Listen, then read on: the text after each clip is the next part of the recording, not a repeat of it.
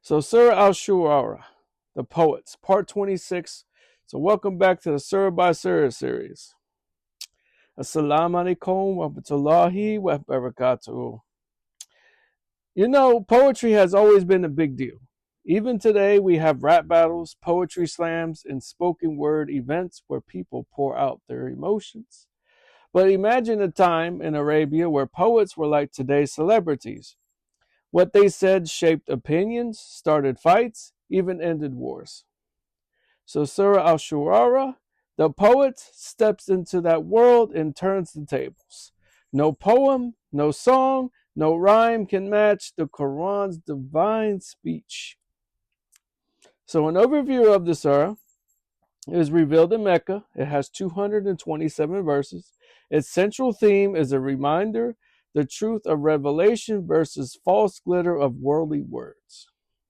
It recounts the stories of earlier prophets like Musa, Abraham, Noah, Hud, Saleh, Lut, and Shu'aib, and others, and peace be upon them all, to show that rejection of truth has always led to destruction, while faith leads to salvation. The surah closes with a sharp contrast. Poets who mislead people versus believers who use words to uplift the truth. So the main stories in this surah is the story of Musa, or Moses, peace be upon him, and the Pharaoh. That's in verses 10 through 68. So this surah devotes significant space to Prophet Moses, peace be upon him, his mission to Pharaoh, the miracles, and the crossing of the sea. It's in this surah. So, Prophet Musa, salam, peace be upon him, was commanded to go to Pharaoh, for he has transgressed. Pharaoh mocked him and accused him of madness, but Allah strengthened Musa with miracles. So the showdown with the magicians showed that truth, no matter how simple, always outshines falsehood. So the believers escaped through the parted sea, while Pharaoh drowned in arrogance. So a lesson from this is arrogance blinds the heart. Submission saves it. The stories of the prophets in verses 69 through 191. Abraham, peace be upon him, he confronts his people's idols worship and presents a logical, heartfelt case of the oneness of Allah.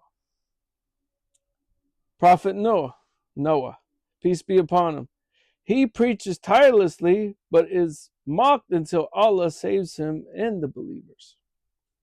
Prophet Hud, salam, and Saleh, peace be upon them both, their people, intoxicated with power, reject the call to righteousness and are destroyed. Prophet Lut, peace be upon him, his community engages in indecency and refuses to change, so Allah's punishment befalls them.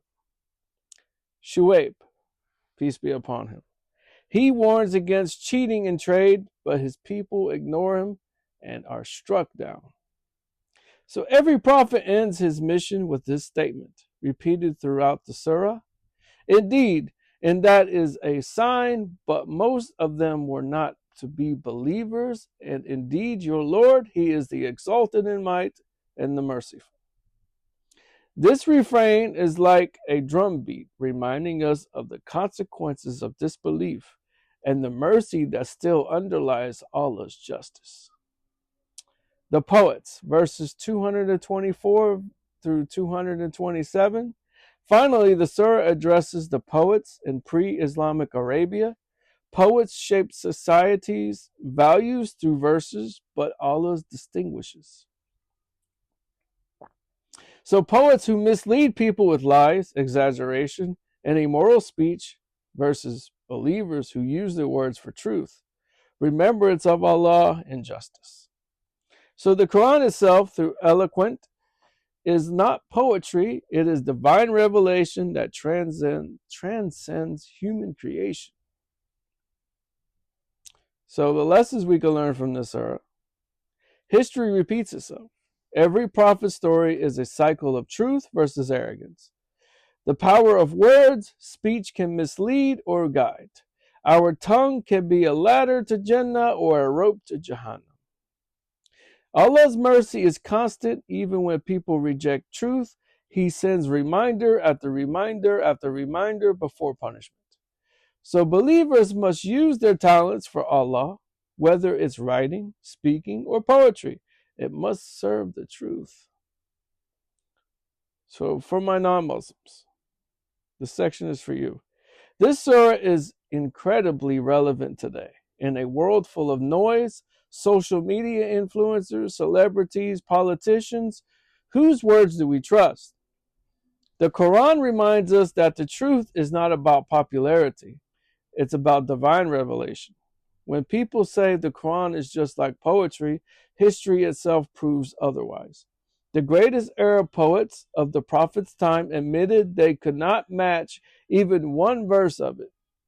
That miracle stands unchanged for 1,400 years.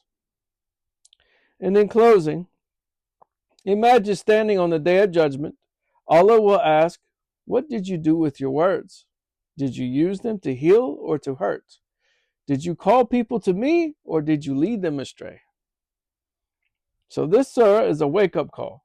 Our words carry weight in both worlds. Let us choose to use them like the prophets for truth and mercy. So for my final thought, the Quran is not poetry, but it contains the beauty of poetry within the weight of the truth. It is not a song. It moves hearts like no melody ever could. It is the eternal word of Allah, unchanged, unmatched, and very unbreakable.